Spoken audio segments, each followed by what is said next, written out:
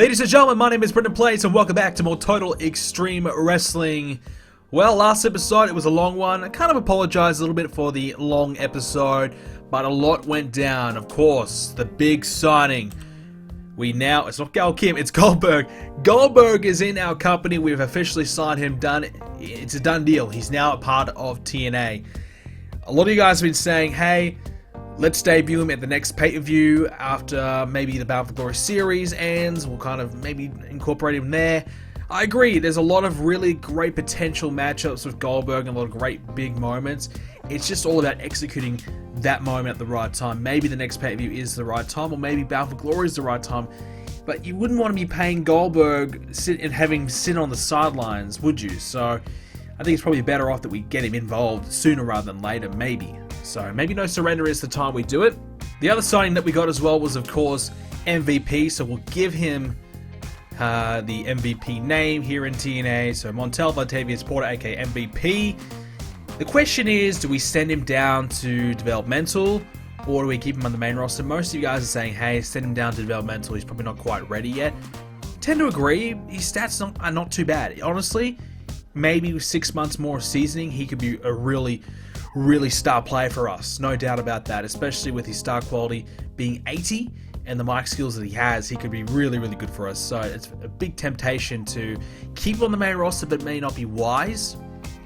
And as well as that, we all, of course, address the situation with a few of our other, guys that we're looking maybe to move on. Michael Shane, Shannon Moore, for example. I think one of you guys suggested, hey, keep Michael Shane because he has that Shawn Michaels connection. Maybe that will be an influence in getting Shawn Michaels to the company. Yes, but we're not going to try and keep onto a guy just for the crossing our fingers that maybe we get Shawn Michaels. To be honest, even if we could get Shawn Michaels, I probably wouldn't go for it because it would never really realistically happen. So yeah, I probably wouldn't go for it. But so Michael Shane's one and Shannon Moore another. I mean, look, Shannon Moore's got good popularity. I just wish he wasn't so shit. He could actually be a pretty good player in our X Division because we do lack some popularity there. But what we can do is someone like a Matt Sydal, Bryan Danielson as well. These types of guys could really benefit from having a few wins over those types of guys. So we'll see. Austin Aries is another one. Shelley, Kazarian. So that might be what the plan is from there. Lance Hoyt hasn't got good popularity. In-ring skills pretty mediocre. Everything about him is kind of not real great. So I think he's a near definite that we probably will release him. He's only on a paid per appearance still. Reason being is because he wanted to get rid of him. But turns out he's only got 38 days left on his contract. So we probably can let that just run out. We can just let that expire rather than letting him go. And maybe the potential that he does improve. We don't want to impact that relationship that we have with him. So we'll probably have him lose to some of the really lower-end guys. I think Marufuji and Kenta could use a win or two over him just to bump him up a little bit. Maybe we bring up some from Developmental. Of course, Nakamura, we've been using him a lot. And have a few of these guys lose to the next guys coming through. But the other thing that I wanted to address as well, WWE just had their SummerSlam pay-per-view. So we'll have a quick look to see how that pay-per-view went. So they had their Raw show 87 rated, but then SummerSlam 89 rated. So 1.17 was the buy rate, and of course they're going to get a big buy rate, 49,000 attendance. Main evented by Batista beating Shawn Michaels to retain the world title. Came Big Show, they beat the Mexicals. Booker T retained his US title. Henry beat Shelton Benjamin. Daivari beat Johnny Nitro to retain the Cruiserweight belt. Is Johnny Nitro a Cruiserweight? Does he qualify? I think he's probably a bit too big to be a Cruiserweight, in my opinion. It depends. I mean, their Cruiserweight division could be 225 and under, who knows, but not the 205 that we see these days. So no title changes on the show by the looks of it. Everything was just kind of straightforward, so no title changes. So 89 rated, not a bad show, of course. That's a good pay-per-view for them. So I want to try and give you guys more updates on what WWE is doing and some of the other companies around the world and what they're doing. As you can see right now, we're currently sitting in third place overall behind New Japan. We've gone above AAA, Noah, and All Japan. So there's plenty of good, sizable promotions around the world. But in America specifically, it's really only WWE and TNA. Up next, of course, is Ring of Honor, and they're coming along. They're doing okay. It won't be too long, I think, before they become a force. If they can get their tri-state and their New England region above 47 importance, they're currently 46 in tri-state, 39 in New England, then they would become a cult size, and they could actually start making a few waves. They could actually start trying to steal some big name talent and lure them in, and sign wrestlers to written deals. So any wrestlers that we have on pay-per-appearance deals run the risk of maybe being locked into a Ring of Honor contract. So if there's someone that we do specifically want, then Ring of Honor has the chance to take them away. But unfortunately, they're not growing very quickly at all. I don't know. They don't have a TV deal. So if they had a TV deal, they would be able to grow much faster and probably would be a threat. But because they don't have a TV deal, they just can't really compete right now. And their best show, and as well as that, they're only doing monthly shows. So they're only doing one event every month. And they're getting decent rated shows, 60, mid-60s, low 70s, which is good. But they're not doing enough of them. If they were to do more of them, maybe that would help out, and maybe they would be able to grow just that little bit further. But until then, there won't be much of a factor, and really no one else is quite close. CZW, NWA are also regional level, but not really doing much there. In terms of us, we went ahead and changed our developmental. We changed it to Global Force Wrestling. I felt like, okay, let's use a realistic name. Global Force Wrestling obviously comes into play, 10 years down the line, but not quite, but very close. But, so nearly a decade down the line, but we figured we'll steal the name. We've got the logo. We got all the championship belt designs as well. So we may as well just run with that and just incorporate that into our company and make it our developmental territory's name. Because we originally had an Impact Florida. It just wasn't doing it for me. I just didn't like the name. It was okay. And look, I'm not a big fan of Global Force Wrestling's name, but it's something. We've got the belt signs, we've got the logos, we've got everything there, so we'll just kind of go with it. It's a lot easier to do, so we'll just kind of stick with that as well. And in terms of bringing up anyone from our roster, and because of course we are going to probably move someone along, like I said, Michael Shane, Shannon Moore, for example. I don't know if there's anyone ready to kind of move up from our roster to the main roster, so I don't know if there's anyone in developmental that quite ready. I mean, Kevin Thorne is probably ready, but we're more so looking at maybe replacing a X Division guy. We kind of brought in Matt Morgan, who is a big guy, and if we brought in Kevin Thorne, we're kind of bringing in two big guys at the same time. Would like to team up Kevin Thorne in Abyss though, and have James Mitchell with Kevin Thorne as well, and form some kind of a stable. So when the timing's right, maybe after Bound for Glory, maybe we look to execute that, and maybe we put Abyss in the tag division whilst he's not, feuding for the world title, to build up Kevin Thorne at the same time, have Kevin Thorne have some good matches and some good feuds, and that might be able to rise his popularity up, because his in-ring stats are not sensational, so he probably will need to be a tag team guy for a while for him to develop. So, but in terms of where else, who else we could really bring in, maybe Seth Rollins might be a good X Division guy at this point. His stats are going pretty good. TJ Wilson's a good wrestler. So there's not a lot really at the moment in developmental. Not many guys are really kind of chomping at the bit to get up to the main roster right now. It's a bit more of a waiting game, and that's what developmental is all about. Most of the time we're signing guys who are nowhere near ready, and we're kind of waiting it out for them to get ready. So we'll leave it at that, and we'll kind of move into our next couple of shows. So right now we are on week 1 of September, and after that we will be going to No Surrender week 2 September. So we have 2 more episodes of Impact, which means basically the regular Bound for Glory series matches will end in the next 2 episodes of Impact, and the top 4 competitors will go to the semi-finals at No Surrender, and we will crown a Bound for Glory series winner at that pay-per-view. So the next few matches of the Bound for Glory series are incredibly crucial. So crucial. So this is where we're at right now in the series. Muhammad Hassan in first place, 44 points. He still has 1 more extra match up his sleeve compared to everyone else. Everyone has had, I think, 8 matches. Muhammad Hassan has only had 7. So he has an extra match up his sleeve, even though he's already well ahead. I don't think he could possibly drop out of the top 4 at this point, unless someone, unless everyone gets submission victories or something crazy like that, or Hassan has some DQ losses.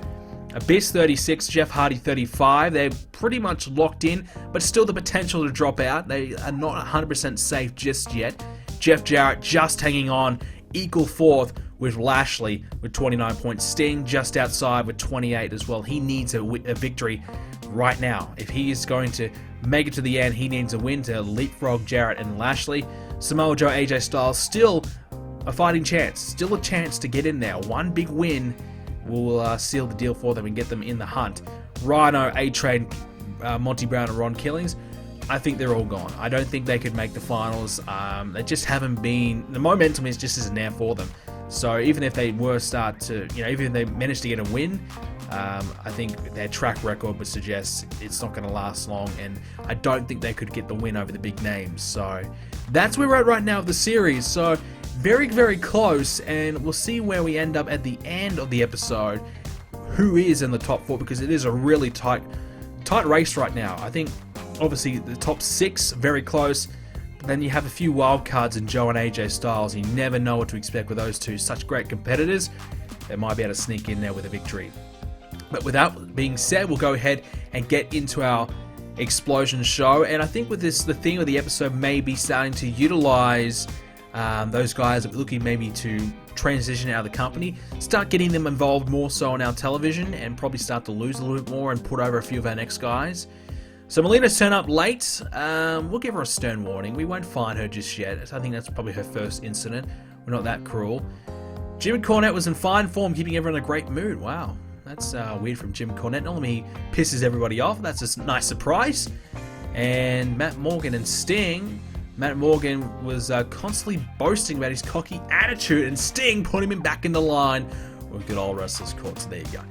And Matt Morgan's behavior improved because of that. And alright, so we're going to have a Bound for Glory series match on the Explosion show, which is something I think I should have probably done more of, but we will do that now on the Explosion show. So we'll go ahead and we'll book this show, and we'll show you the results.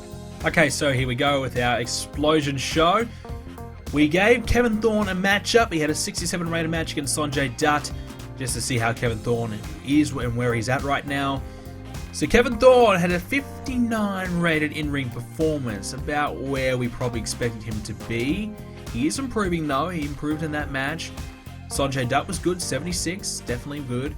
And we even we put James Mitchell with Kevin Thorne. At least I thought that I did. I'm not sure if it happened because we got no proof of it. But yeah, so there's no great chemistry or bad chemistry by the looks of it. So that's all well and good. We had Natalya and Tracy Brooks. Natalya was cutting a promo, hyping up her match against Tracy Brooks. Then, well, they had a bit of a brawl because Tracy Brooks didn't agree with what she was saying, and she got in her face, and they had a bit of a brawl backstage. We opened up with the Explosion show. Wow, here we go. 99 rated segment. The Dudleys, Team 3D, they're out there with America's Most Wanted, and they opened the show up with a back and forth promo between each other. 99. Incredible. Wow. Really, really good. So really, really good. And, you know, that's all I got to say. That's going to really help boost this storyline, because it's kind of been a bit of a limbo because of, the Brother Ray being out injured. We haven't really had much of an opportunity to kind of do these types of things. So good that we can do it now, and it worked out really, really well. Moving along now, we had Kenta versus Matt Morgan. Of course, last week, Kenta coming out to help out after Matt Morgan was taken down to Tanahashi. So Kenta, Matt Morgan had a match. Matt Morgan got the victory after Bobby Roode screwed over Kenta by distracting him. And Kenta had a 75 rated performance. But here's the thing, Matt Morgan's 74. So, hey, Matt Morgan is certainly a man who could be a main event type player on our roster. He is got some good in-ring ability for where he's at right now, and the fact that we haven't really developed him that much. I mean, we've had him in development for a while, but he hasn't really developed, I guess you could say. And with a few more months under his belt on our main roster, I think he could really be great. So that's good signs, really good signs for him. We had A-Train and Monty Brown hyping up their tag team match against Rhino and R-Truth later on. Shannon Moore had a match against Marufuji one-on-one, and here it is again. Shannon Moore, 64 rated, and Marufuji 74. To be fair, Shannon Moore is not suited to his gimmick, so if we did change his gimmick, maybe that will help him just a little bit. and he is improving in his performance skills. So I look at maybe Shannon Moore is worth keeping and maybe sending him down to developmental, but we did have him lose to Marufuji because Marufuji's popularity is still in the late 40s. I think we've got to get him at least in the 50s and get him going because Kenta's starting to get ahead of him and we don't want him to fall behind. And we had a main event. We had Monty Brown and A-Train team up to take on Truth and Rhino. They got the victory over Truth and Rhino by pinfall. Brown and A-Train have absolutely zero chemistry as tag partners. Wow. So there you go. But here's the thing. Rhino in-ring performance of 80, so maybe Rhino performing a little bit better as a tag team. Monty Brown and Ron Killings and Rhino both had good performances as tag team guys. Maybe that's a tag team we could think about doing. I don't know. But Monty Brown 61 and A-Train 69. You normally wouldn't see them that badly, but obviously no chemistry didn't help at all. And that was your main event on Explosion, 82 rated Explosion episode. I gotta say that's one of our better ones in a while. And to be fair, we don't necessarily try to get the best rating we can out of Explosion. It's more of a more practical. Let's have these guys have a match since we can't find a spot on the card on the other show. Let's kind of get a few of our under guys going. But hey, that's a pretty good rating for Explosion. We had a couple of really good segments there, so we'll book Impact and show the results in a moment. So the results, we have Brother Runt going 1-on-1 with Alex Skipper on our pre-show. Obviously, Brother Runt's contract just about ready to expire. Probably another month left to go on it, and we, obviously got no intentions of kind of keeping him around. So we'll kind of have him take on a few of our guys and just lose to them, just to kind of get him another win, just to build a bit of momentum for some guys who are kind of lacking. And Alex Skipper certainly is one of those. And Skipper is one of those guys who could be on the chopping block. I think he's been one of those that I've kind of forgotten about, so that's even worse. I've forgotten that I should probably fire him. So we'll have a bit of a look to see where he's at. 63 in-ring performance, not great at all, is it? So a little disappointing, especially considering he's got late 50s popularity. Probably should be doing a little bit better. We had Melissa versus Beth Phoenix 1-on-1. We gave Beth Phoenix the victory. Sacrificing Melissa just a little bit just to build Beth up, but Melissa had a better in-ring performance, so maybe we need to start giving Melissa something a little bit more kind of. We do need probably some more contenders coming through to take on Gail Kim. If we do decide to give the belt to Melina as well, we probably should start to build up some more heels to take on Melina. So that's kind of where we're at right now. We really need to start building some women up, and it'll take some time, but we're going to start here with probably these two. Another pre-show match, we had Kevin Thorne get a quick and easy victory over Shark Boy just to give Kevin another opportunity to show off his ability. And 62 rated this time, that wasn't as bad. So it's not great. It's probably not main roster worthy yet or giving him a major push worthy yet, but he did pretty good. And James Mitchell this time was, he was there for Kevin Thorne, and he did some good work ringside. I think James Mitchell's actually color commentator on Explosion, so that probably that's probably the reason why he wasn't ringside for him. I kind of forgot about that, but he was this time, and he did some good work. So, and they don't have good or bad chemistry, which is okay. So that potential stable could work down the line. Started the show off with Kevin Nash and Christian having a contract signing with Roddy Piper, our president, of course. But then Big Scott Steiner came out and said, "Hey, hang on a minute. I want to be added to this. I'm not done with Christian yet. I still deserve another opportunity." And Roddy Piper said, "You know what? All right, let's do a triple threat matchup." So we did it. So Kevin Nash back involved in TNA for the next, until the next end of the month. I'd say another appearance or two, and we'll kind of be done with him. But yeah, another good segment, 100 rated. So whenever these guys are involved, it's really gold, to be honest. So that's why we just keep it to angles rather than matches. We just keep it to what is working, and the angles are definitely working. So another good one there. We had Samoa Joe versus Bobby Lashley in a Bound for Glory series match.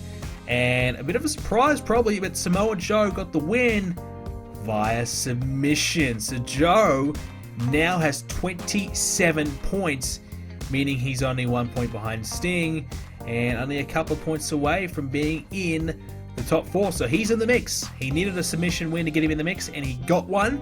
He beat Lashley. So yeah, Lashley did get a bit of popularity after winning a big match at the recent pay-per-view. So he's got a bit of popularity to probably lose. He's a bit inflated to what we probably expected him to be. So we'll let Samoa Joe, capitalize on a bit of that popularity and take some of that for him. And I think with Samoa Joe, I think I'm going to pull the trigger on it. I think it's time that, maybe not, obviously in the Battle for Glory series, but maybe after it, I think it's time we pull the trigger on Samoa Joe and give him that big monster push and get him towards, that 85, 90 popularity. We get him to being championship material. I think it's time we do that. I think it's time we start to pull the trigger. I know a lot of you guys have been saying do it. I think it's time. I think it's time we do it, and it's time that we make Joe one of our big stars. So it'll take some time, but it is in the plans. Next up, we had Gail Kim and Tracy Brooks beating down Natalya 2-on-1 in the ring. Melina came out and tried to do it, come in for the save, but instead they ganged up on her and took her down. So advancing two of our women's rivalries there in the one segment, which is what we wanted. We didn't have enough time to kind of cover everything this week, so we had to try and mix a few things together, and this is one of the ways we did it. And 74 rated, not bad for our women at all. Then we had America's Most Wanted get a victory over the Naturals just to continue their momentum, get them another victory. We do need to change the Naturals gimmick, so I haven't done that. I know I've needed to do that for a while. We are doing a couple gimmick changes, and I'll show you those in a moment, but maybe the Naturals do need to change. Afterwards, we had James Storm and Chris Harris talking some trash on the mic, saying that they were going to beat Team 3D at the pay-per-view, and then, hey, out comes Team 3D, who wants to come in for a fight, so James Storm and Chris Harris get the hell out of there. They run out of there, so talking trash, but didn't want to back it up in the ring and have a fight, so they retreated. We had Muhammad Hassan hyping up his match against Sting. That's right, we're doing Sting and Hassan one-on-one, which I know you're probably saying, why don't you save that for a big pay-per-view down the line? But that's the thing with the Bound for Glory series. Big matches happen in the series, and that's where we're at right now. Sting and Hassan. Sting's just on the outside of the top four. Muhammad Hassan up top. It's a match that probably should happen, and if we avoid it, it's not good. We've kind of avoided one-on-one matches with Sting, but I wanted to see how this match would go without it, relying on it to be a pay-per-view match or anything like that. No added pressure to it. We could have made it main event material for this show, and I probably would have, considering who's involved. But considering it's all about ratings, it's all about getting the best possible rating for our show, I know that this is probably only going to get maybe low 80s, high 70s, so we didn't take that risk. So let's have a look, let's see how it went. 86, okay. So that's a lot better than what I expected. So Muhammad Hassan got a victory over Sting. It says by submission. I forgot to change it. It's meant to be by pinfall. So Muhammad Hassan gets a pinfall victory over Sting. So Hassan is well and truly ahead now. And Sting gets a loss when he really needed to win. So Sting must win next week. Otherwise, he is gone from the series. And he probably needs a submission victory to get him in the top four. So the Stinger is in some trouble after looking pretty good early on. He's kind of dipped off towards the end. But that's probably one of his better singles matches he's had, maybe the best singles. So Hassan carrying him nicely to a good matchup in the end. We did make it a brawl as well. So Sting's starting to get a little bit better in-ring performances with the brawls. Not amazing, but instead of low 60s, he's getting towards those mid-60s. So we're getting a little bit extra out of Sting. Not a lot more, but just a little bit more out of him. But overall, that's very surprising. That's a lot better than I expected. Afterwards, we had Hassan trying to take advantage of Sting and beat him up a little bit further, but Sting got the comeback and took out Muhammad Hassan, basically giving him a bit of his heat back after losing to Hassan just to keep him looking good. Michael Shane had a match against Kazarian one-on-one. I wanted to see how Michael Shane would shape up against one of our better X Division guys. 60 rated from Shane, 82 from Kazarian. Michael Shane's not suited to his gimmick, so we might have to change his gimmick as well. There's a few of these lower end guys we haven't really adjusted to, and to be honest, that is a contributor to their lower performances. So before we kind of cut them or do anything drastic, maybe we should fix up their gimmicks and try them out again and see how they go. That's a plan that we definitely are going to do with Shannon Moore. I think we're going to do a turn with Shannon Moore and see how he goes as a babyface in comparison to heel. So we'll try that. But Michael Shane, yeah, definitely needs probably a gimmick change. Abyss hyping up his match. He'll be having a match against AJ Styles in our main event. And surprisingly, we haven't done that match yet. AJ and Abyss, and it got a 90 rated matchup. Abyss 94 rated, AJ 86, and well, to our surprise, AJ Styles got a victory over Abyss. We did it. It was a risk, but what we did is we had Jeff Hardy come out and interfere or distract Abyss a little bit, basically because Jeff Hardy is in danger of maybe dropping out of the top 4. So it makes sense. Jeff Hardy, hey, if Abyss wins, he'll be solidified probably as second place, and Jeff Hardy has the potential to run, to drop out. So if Abyss loses, Jeff Hardy wins next week, Jeff Hardy will go to second place and Abyss could drop out. So for the sake of the series, Jeff Hardy needed to save his tail, and that's what he did. 90 rated matchup, excellent. Abyss has a gimmick that is getting stale, so we might need to touch his gimmick up a little bit as well. But that's good, and that's a match I would love to do as a feud properly down the line. 91 rated show, had a great opener and a good finish. And even if we went with Hassan and Sting as the main event, it would have been a good show anyways. So either way, a really good show overall. Very happy with that.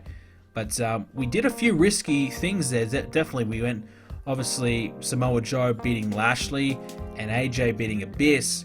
We did get AJ a flash pinfall win just to, help it a little bit. Abyss will be angry though. He was pretty pissed off that he was going to lose to AJ. So hopefully that doesn't impact him too much. Hopefully he's okay.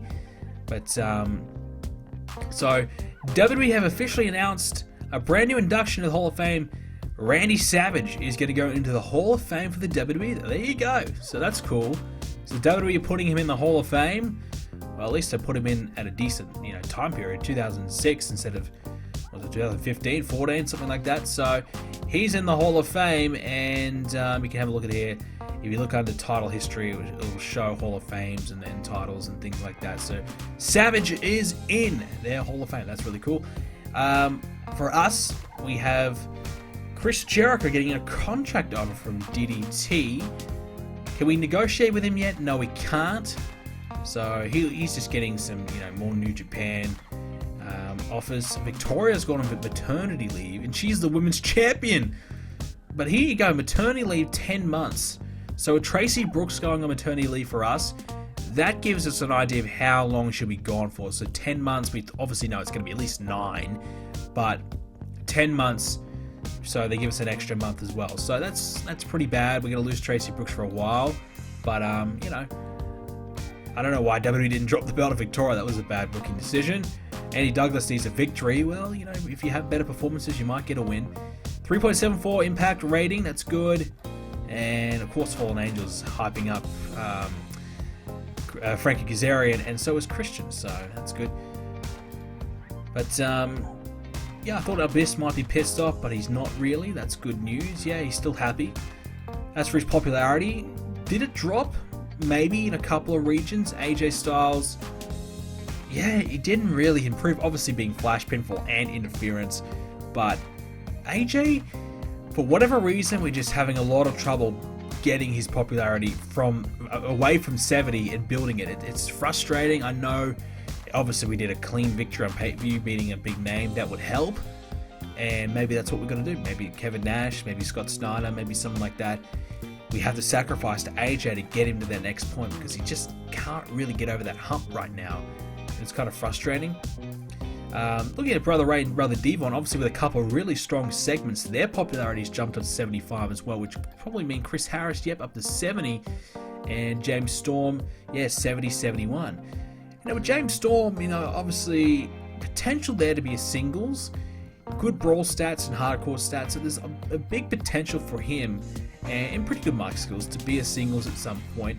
He's already got the popularity, so he's someone we haven't really considered to be a singles or even thought about, but one day maybe there is that potential there for him to transition to a singles, and if we keep establishing well in the tag division, he might end up being 75 pop or even more by the time we even think about doing that. Kevin Nash up to 77 popularity. I thought I'd have a look considering another good angle that he was involved in. Christian, yeah, he hasn't quite bumped up, so Scott Steiner, he was involved in that one too. Yeah, but Steiner, I can't believe how well he's going overall, though. In the mid-80s nearly. It's incredible, really, that we took him from 75. We just brought him in just for the sake of it. He's ended up being one of our, better guys. Incredible. So, Samoa Joe with a victory, a small little boost up in popularity. Lashley, though, probably lost a lot more than what Samoa Joe gained, which is a little frustrating, I suppose. But, so a few different changes. We said earlier about Shannon Moore. So the plan, I think, we might try him as a babyface. I think that might be worth a shot.